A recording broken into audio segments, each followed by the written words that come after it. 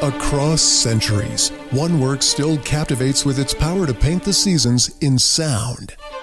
Vivaldi's The Four Seasons, November 20th through 22nd at the San Francisco Symphony. Violinist Alexei Kenny returns to lead Vivaldi's The Four Seasons, where music mirrors the world around us. Birdsong, rainfall, sunlight, and snow. November 20th through 22nd. Tickets at sfsymphony.org. Because all of the politicians and sources that came running to me when they found out I was going to write a story didn't call back. When the deadline was approaching, they didn't call back. I inferred from that, here's the answer to that, Mark. The Penguins gave it up. Said, fine. Told the URA, the Urban Redevelopment Authority, to which they have quarreled with quite a bit over the last 15 years. It's been a really complicated, almost personal, sort of personally strained relationship with the URA. And the Penguins said, fine, you take the land. Take it back. No extension filed. So the Penguins have indeed lost the exclusive development rights to that upside on the hill. I assume they have also lost all of the other undeveloped SEA land on the bottom side. You know, they've got the FNB tower, they've got the concert, they have some other developments underway. All they had to do was have begun the process of development with the other tracts of land. They did, they had on a few. The URA is probably something that is too complicated to really have a discussion on YouTube or the URA really put the onus on the Penguins to solve some of their own community problems or do some things for them that the city has failed for 75 years to provide. And and the reason I didn't, and I wrote the story, I guess 6 weeks ago now, that got quite a bit of traction and conversation. And I really did my best to drive down the middle of that highway with cars coming past me on both sides. And I was kind of proud of myself that we succeeded. There were instances of the Penguins essentially giving the URA a boatload of money for a project that had nothing to do with the Penguins' relationship with them, and getting some blowback that it wasn't enough. The money getting rejected, and there was blowback on the type of development that the Penguins wanted to do in the past. But there was also some, shortchanging the URA on the Penguins' part. That Mario and Ron Burkle created an entirely separate corporation to develop the land because they didn't want land development bleeding hockey revenues. And they didn't put a whole lot of money into that other corporation to develop things. This is why you really didn't see development around the arena while Mario still owned the team, because they just didn't see the big profit motive, effort versus reward on that wasn't there for them. So they kept the parking lots, made the money from the parking, and said, cool, we're okay with that. The Hill District, the URA was not. So there was just a lot of emotions and bad blood, and you know how breakups go, right? One person says this, the other person says the exact opposite, just almost reflexively. I kind of felt like that's where the Penguins and the URA were. Do I tell you I thought the URA was more at fault for that? That you don't rebuild Rome in a day. You can't just have the Hill District back to where it was in 1950 or 55 when it was a beacon of the country. Jazz clubs and blues clubs and some of the biggest acts and, vibrant culture. You can't just get all that back in one day. And I just in talking to people who were pitching their point of view on that side, it felt like they blamed the Penguins going back to 1960 when they built the Civic Arena. It's like, and the city, for their part, well, if the city's not getting blamed, let's join them and blame the Penguins. Even though it's the city's fault, not the Penguins' fault. It wasn't the Penguins' fault until 2010. And even then, some businesses had been built, on some of that land that didn't work. Because it's a rough situation. And it's going to have to, it was torn down quickly, but it can't be rebuilt quickly. Let's go to Michael. I disagree on the trade aspect. I think the Pens will be interested in bringing somebody in that could help the team prior to the 75 days necessary for salary retention. Yeah, you're referring to the new NHL rules and the salary cap, and you can't just flip somebody and eat part of their salary like you used to do and all of that. I'll have to refresh myself. I wrote all the stories on that in August when the edict came down from Mr. Bettman. No. The Penguins, you can disagree all you want, Michael, but you're not going to see the Penguins spending big assets to bring in big players. And I don't think you're going to see a lot of teams able to spend big assets to have a team like the Penguins eat salary. I think it's going to be too complicated. Those kinds of deals are going to take months unless one team just absolutely hits the floor and says, yep, fine, we surrender. Penguins aren't going to surrender. Not at 8-4-2, right? Let's go to Big Joe. A regular here on these live chats, Big Joe says, do you think the allure of one last ride for the big three is creeping in again and the youngsters may have to wait? Yes, I do, Big Joe. I think that the chance to make Sidney Crosby happy, the chance to win. Look, Penguins fans have basically told the team we don't care.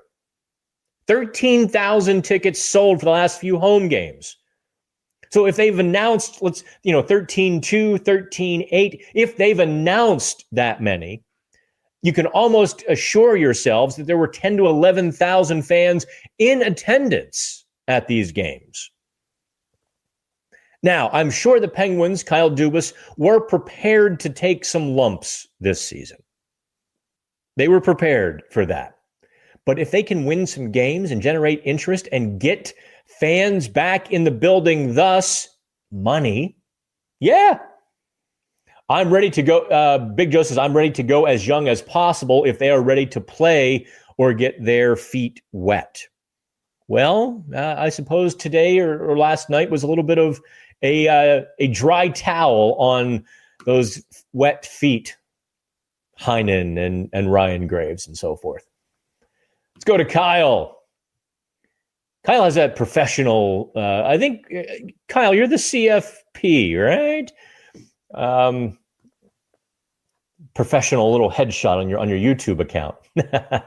Excited to see how Murashov does. I saw flashes last year with Jari in that Toronto game. Pickering looks out of place, which sucks because I like the kid.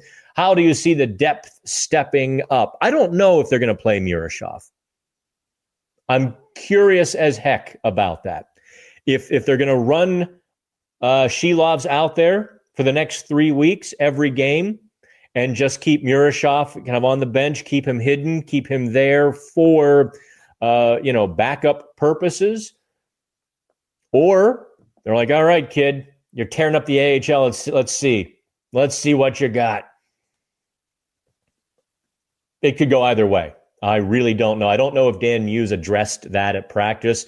I definitely told Shelley to be on watch for that. Let me check PittsburghHockeyNow.com as I say these things. Okay, no updated story yet Come on, Shells. What are you doing? In fact, let me text her and say, what do you got coming? What did Muse say? There we go. Okay. I'm sure that'll add to my 14 text I have to read after the show. Leave me the hell alone. Text me after 1 o'clock on a Wednesday. Zachary says, thought they should have called up Hayes to run with Sid again. Just feels like a perfect winger for Sidney Crosby. No.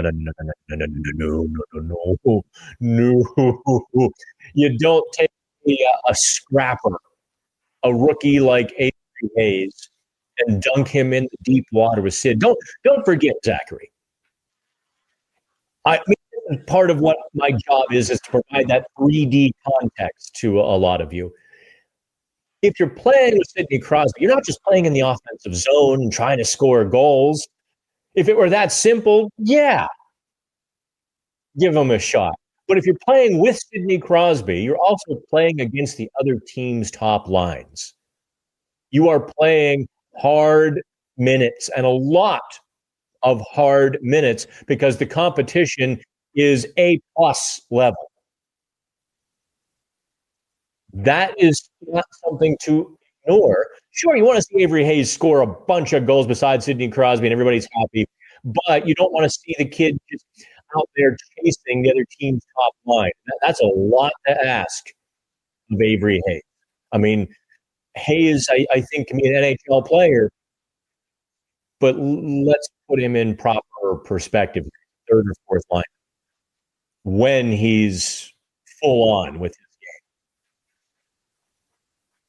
Was I surprised with the decision at the ending of the Predators Wild game? I did see the highlight.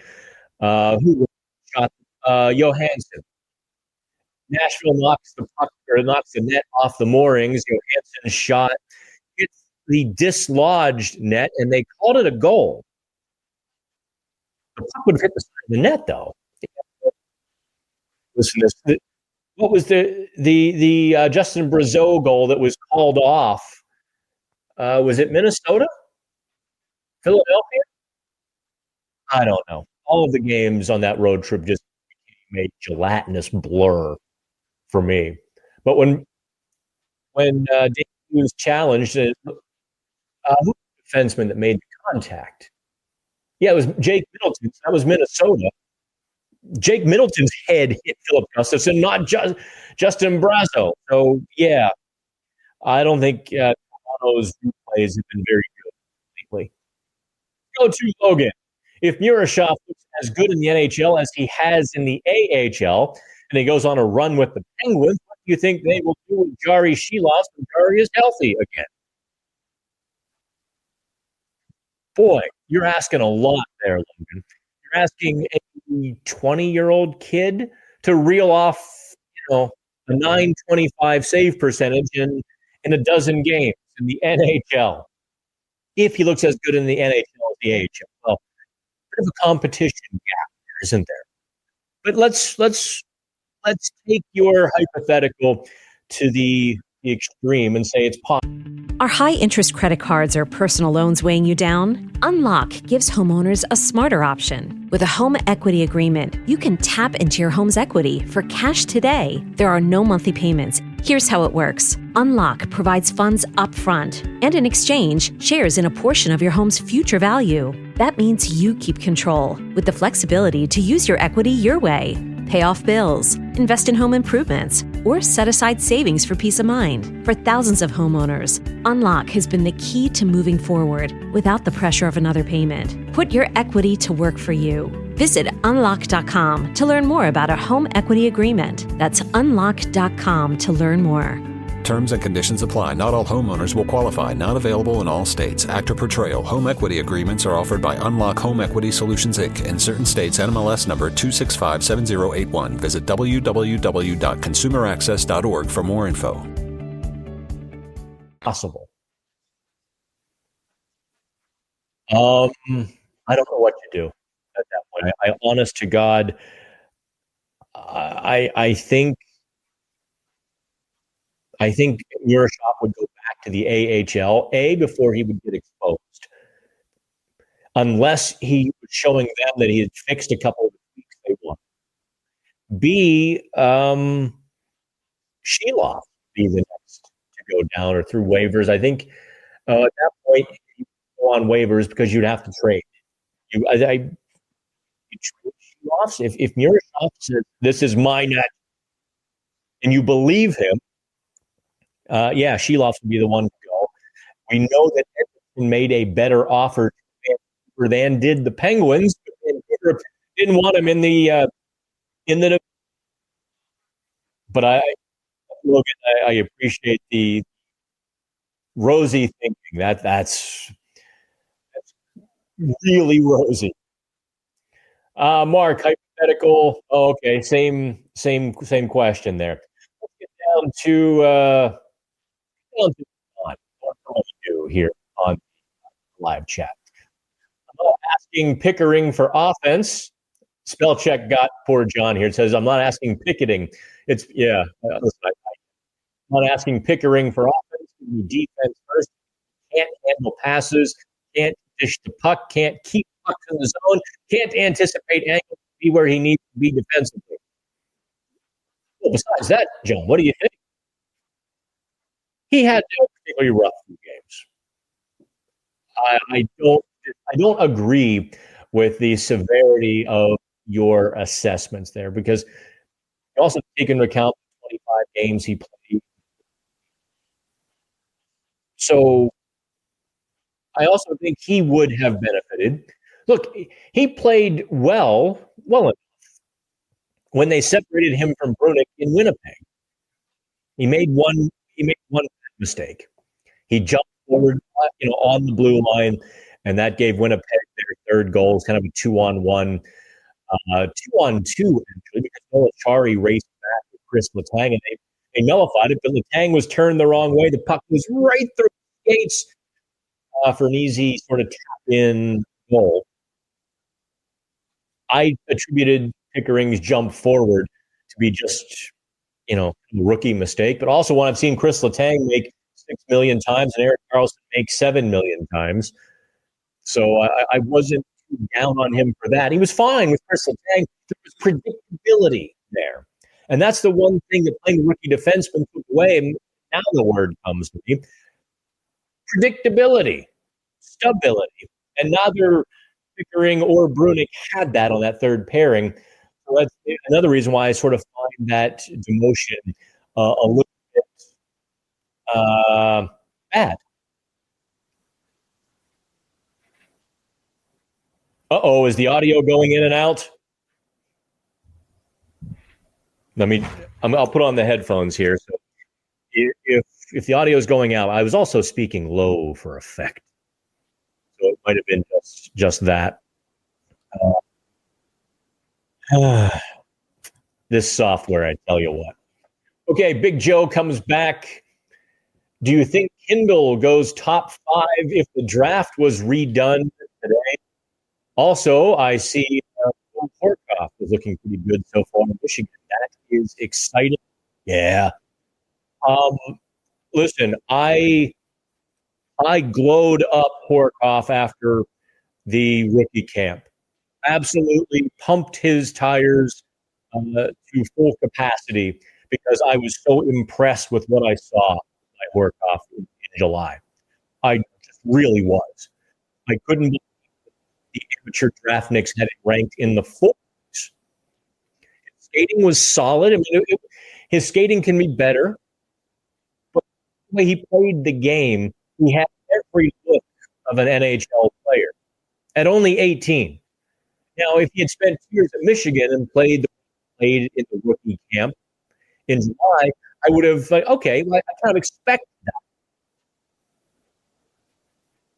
But he showed some polish, some real polish to his game early, and being 6'5" and 10 pounds, 20 pounds, 200, whatever, somewhere, without me looking it up, he's over 200 pounds. Yeah, there's a lot to be excited there. I think now that Bill Zonin hit the ice this past weekend, he made his debut up in the queue finally. I think there is a lot to like with Bill. Bill Zonin was the one that I was most optimistic about seeing quickly in Pittsburgh. Let's go to Steve. If you only play the kids on third and fourth line, that's what they will become, grinders. I forget the Russian kid years ago, first round pick. What happened to him, history will repeat. Alexei Morozov. Is this Mark Madden's burner account? That's the exact conversation I had with Double M a couple of weeks ago, because it was his exact contention as well.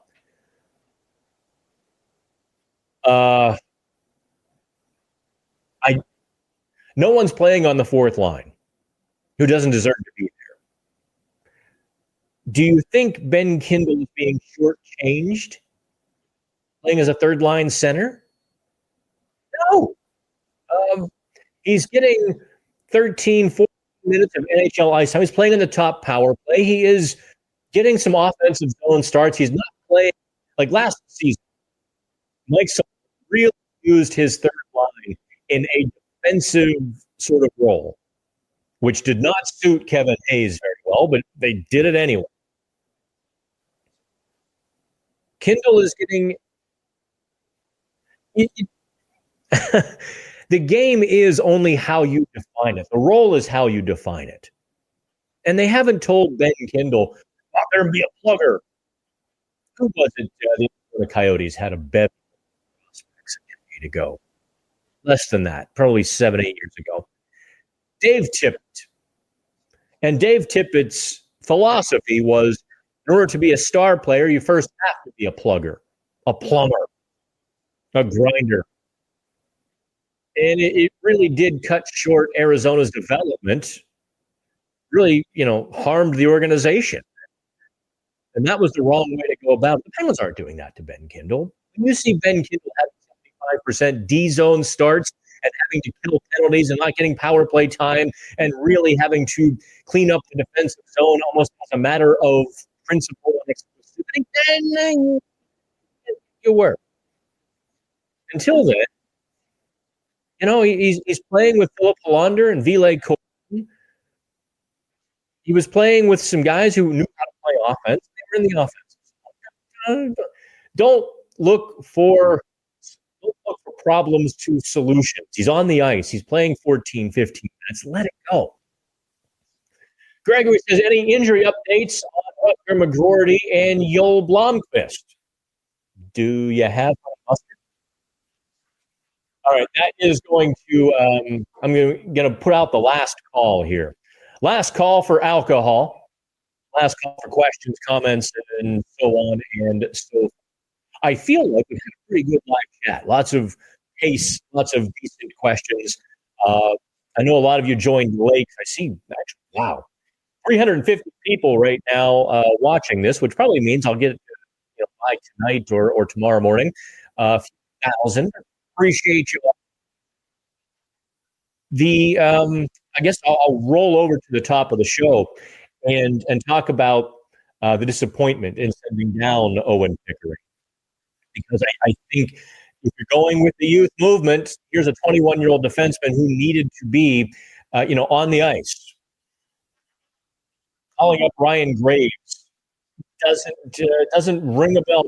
It doesn't do it for me. However, Sergei Murashov, yeah, that's interesting. No Tristan Brose, no Avery Hayes. Again, I think the totality of all of them, Gray and Heinen, tell us that the Penguins are now looking at the win column first and development second. Just how I'm seeing it. I'm going to stop with it's Nicker. What goalie plays against the Capitals? I would surmise, I would bet Artur Sheilov. Because it won't be Matt. I'm just saying. All right, kids. That is it for me. I appreciate all of you. Really, I do.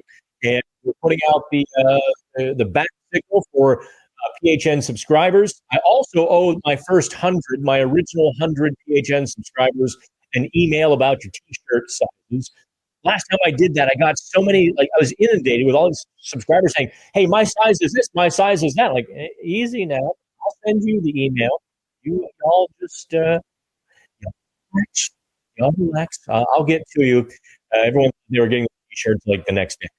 It's going to take some time. I have to, first of all, get the right logo so that it fits on the t-shirt, and I have to design the t-shirt and do all of that. And I'm being honest, it's coming out of my pocket, not the company.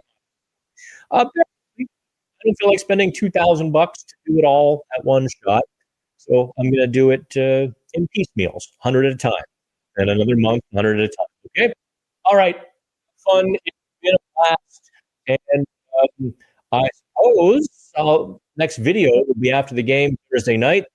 I will be running to New Jersey back and forth. I'm actually going to do the Kings game on Sunday. Most of my colleagues are staying in New York and flying out of New York to Sweden. I'm an idiot. Oh no! Oh, great! Now that one troll is going to have another video. He's just going to post because I'm sure his mother fed him the generic spaghetti as a kid, and he hasn't gotten over it. I have to stop saying. I have to stop being just self-effacing and having fun with you all because some schmuckle is going to use it against me. Anyway, I'm going to make the drive back and forth out of Pittsburgh, adding hours to my trip and layovers for the Kings game on Sunday because all right.